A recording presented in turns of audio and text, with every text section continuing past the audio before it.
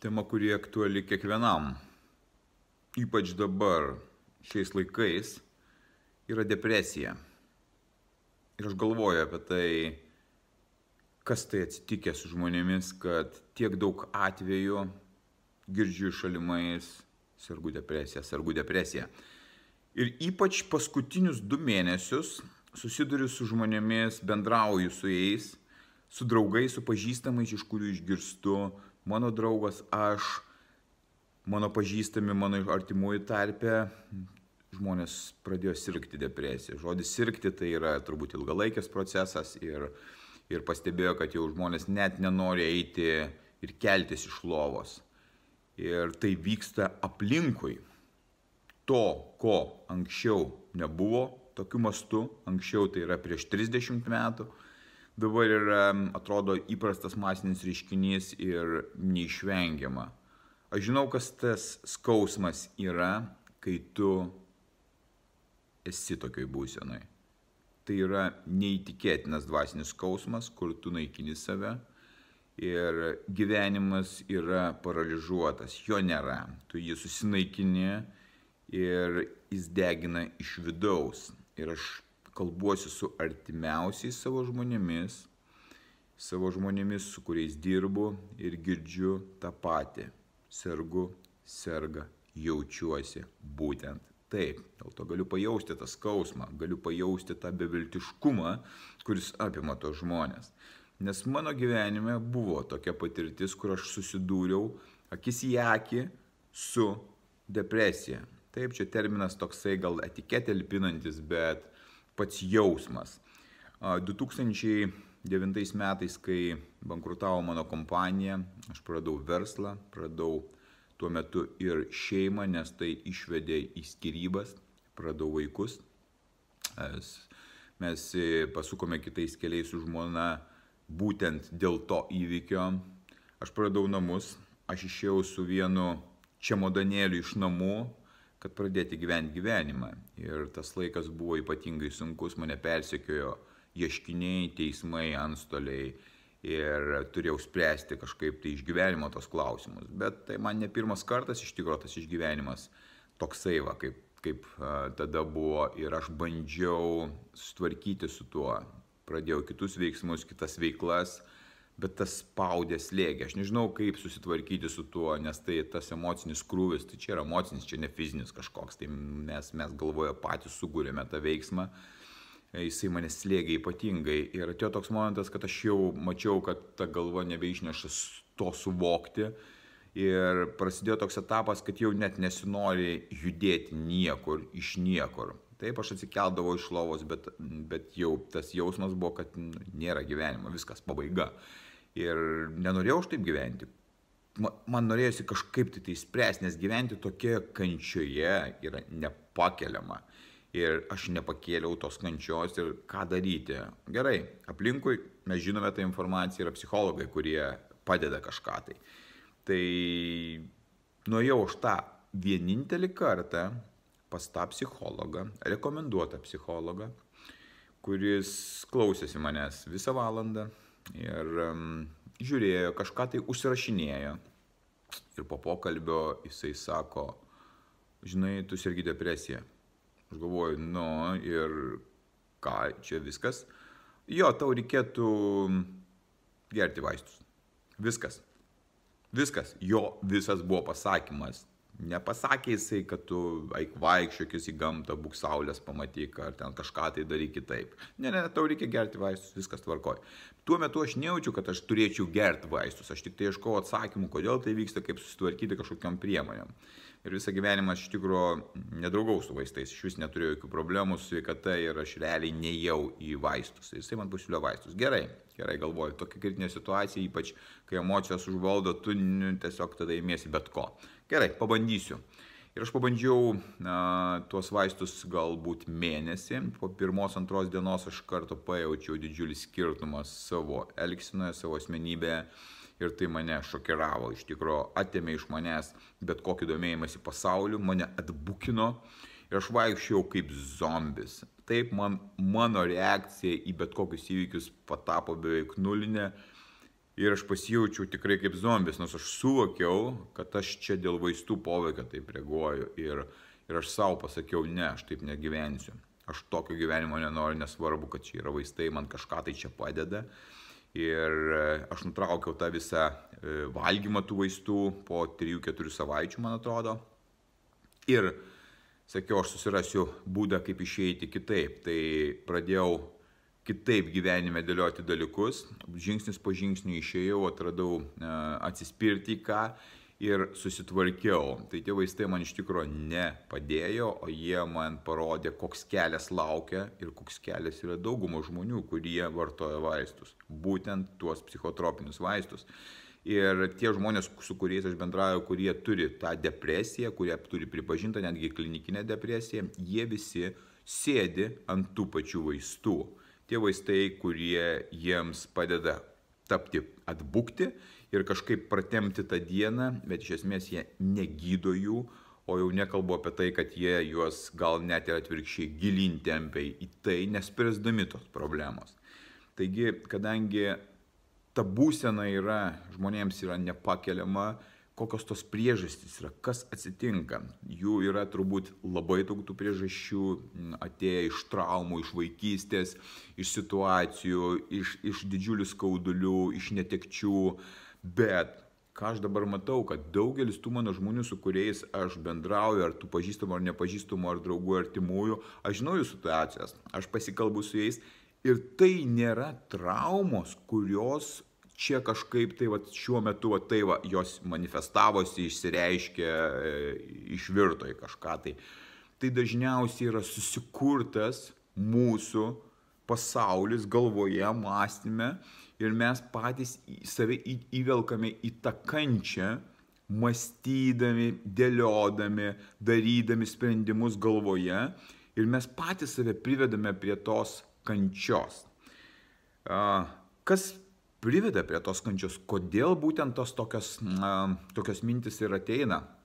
To, kad gyvenimas pasikeitė. Atsirado technologijos ir atsirado socialiniai tinklai, kurie mus prijungė prie virtualios realybės. Realiai neliko tikros realybės, kurioje mes gyvenome anksčiau be būtent šitų technologijų. Aš nieko nenoriu pasakyti, kad technologijos yra blogai, aš tik sakau, kad kaip tai veikia žmogaus psichiką, nes aš dabar gyvenu didžiąją laiko dalį miške, kur nėra nieko, kur nėra jokių Wi-Fi aplinkui, nes nėra gyventojų. Ir kai aš įsijungiu pasižiūrėti Wi-Fi vieną kartą, tai žiūriu, kad tik tai tuščias laukas ir mane tai džiugina. Tai reiškia, kad aš neturiu jokių prisijungimų, žmonių, gamta, natūralumas, tikrumas, paprastumas, kuklumas, viskas tą mane supa. Ir aš kitokį visiškai pojūtį turiu, aš galiu analizuoti ir vertinti, nes aš dabar esu Londone ir galiu pasižiūrėti, kaip atrodo Londonas su savo 30 Wi-Fi'aus mano telefone prisijungto stotelių, kurios transliuoja man informaciją iš visų pusių, bangas skleidžia, žmonių krūvos, visi nervuoti, visi skuba, visi bando išgyventi, kai kurie netaip skuba, bet iš esmės tai didžiulis krūvis yra.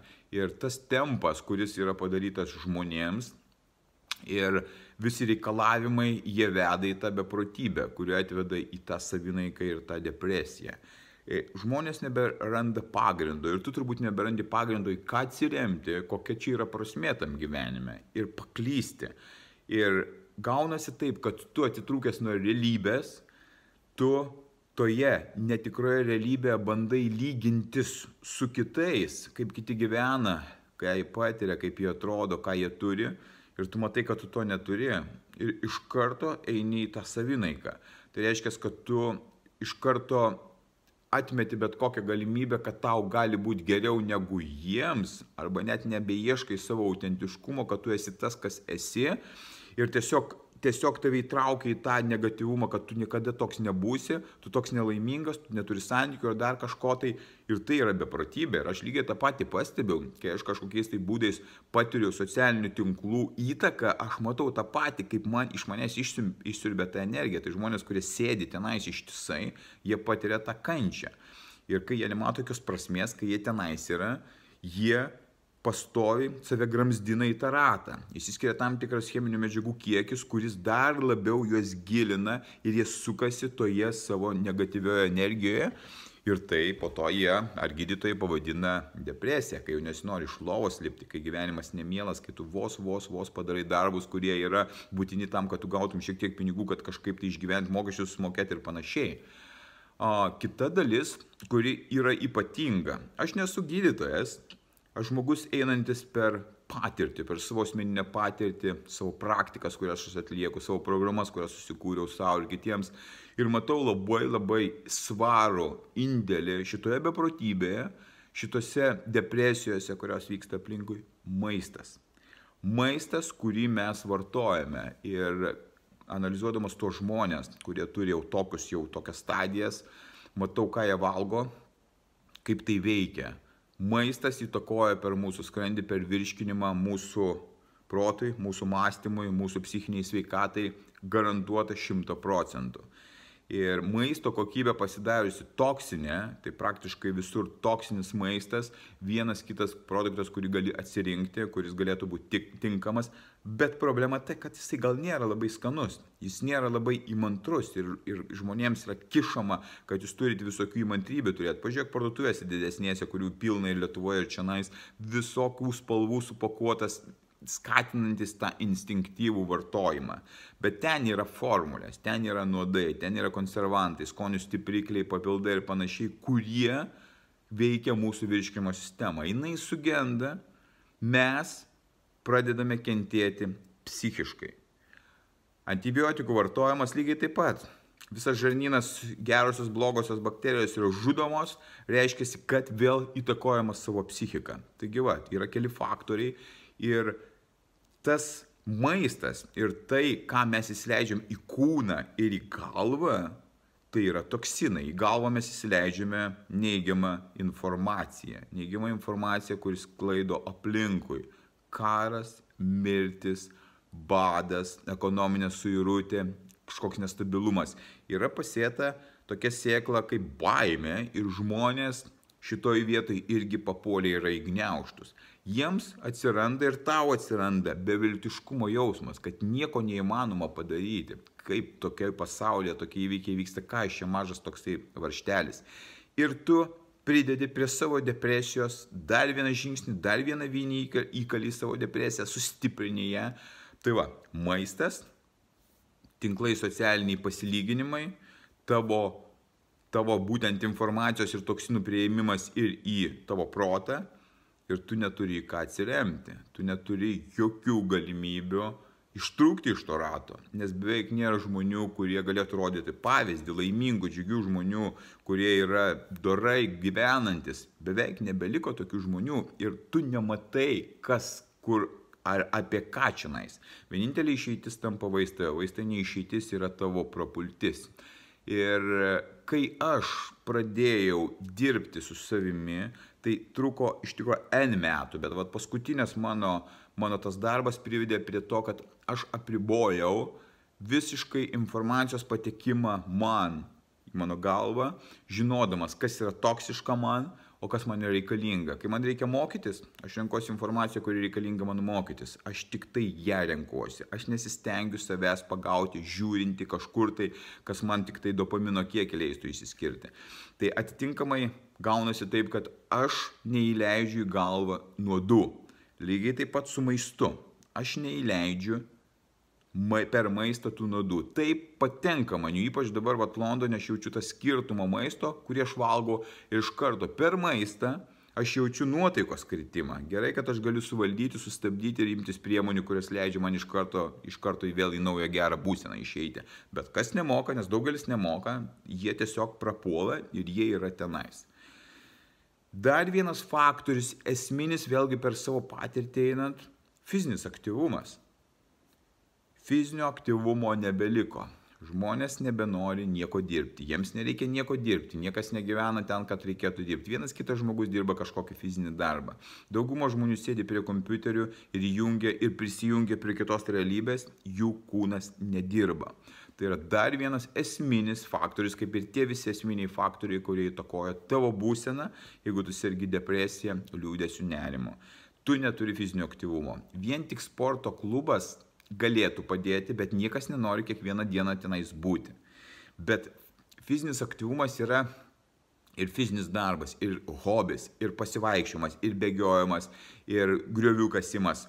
Aš dirbu darbus paprastus, labai primityvus savo kaime. Ir su mediena, ir su betonavimu, ir su kasimu, su žolės pjovimu. Daug dalykų darau. Tai fizinis darbas ir jisai man duoda psichinę sveikatą. Pas mane tas bendrame kontekste susideda, kad aš mėgaujuosi gyvenimo, aš džiaugiuosi, nesvarbu, kas vyksta aplinkui, nes viskas tas pats vyksta visiems. Bet aš visai kitokią turiu nuotaiką dėl to, kad aš imuosi tam tikrų priemonių ir žinau, kaip tai veikia. Tai va šitie visi faktoriai, kaip fizinio aktyvumo neturėjimas, nes tai padeda kūnui išskirti vėlgi cheminės tam tikras medžiagas, kad tai ir psichika būtų stabili. Maistas, kurį mes valgome, tai yra nuodus, kuriuos mes gauname ir negauname maistinių medžiagų, iš karto vėl prisideda prie tos pačios depresijos. Taigi tas pats socialinių tinklų žiūrėjimas ir palyginimas su kitais sargdina mus vėl. Ir neigiamos informacijos, toksinės informacijos nuodų išsileidimas į protą, į galvą per informaciją, kokią mes gaunam, žiūrėdami televiziją, naujienas ir bet kokį mėšlą, kuris yra grūdamas tau. Atsimink, kad tai yra tavo sprendimas priimti ar nepriimti. Ačiū Dievui, kad mes turime tokią galimybę valdyti, ką mes galim daryti, bet tik tai tam reikia ir sąmonės, ir noro, ir ryžto. Bet kai nėra į ką atsiremti, ką tada daryti? Va čia yra problema. Kažką tu žinai, bet nėra jėgų net pagalvoti, kaip iš to išeiti.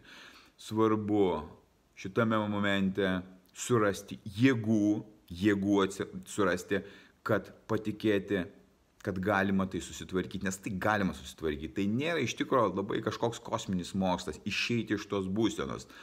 Tiesiog surask jėgų ar paskambinti draugų, ar susirask mokytoją, kuris tau padėtų išeiti iš tos būsenos, ar tiesiog priversk save išeiti, pasivaikščioti ir padėti žingsnius, kurie leistų tau pakeisti šitą būseną. Jinai yra keičiama. Dėl to nereikia žudytis. Dėl to nereikia priminėti tokių sprendimų. Dėl to nereikia naikinti savo gyvenimo, kad tu papuoliai tokią būseną. Yra išeitis ir tai ne vaistai. Tu turi surasti priežastį, kaip aš savo suradau. Kaip aš save išgydžiau, kaip aš padedu kitiems žmonėms gydyti, kaip aš suteikiu viltį ir energiją.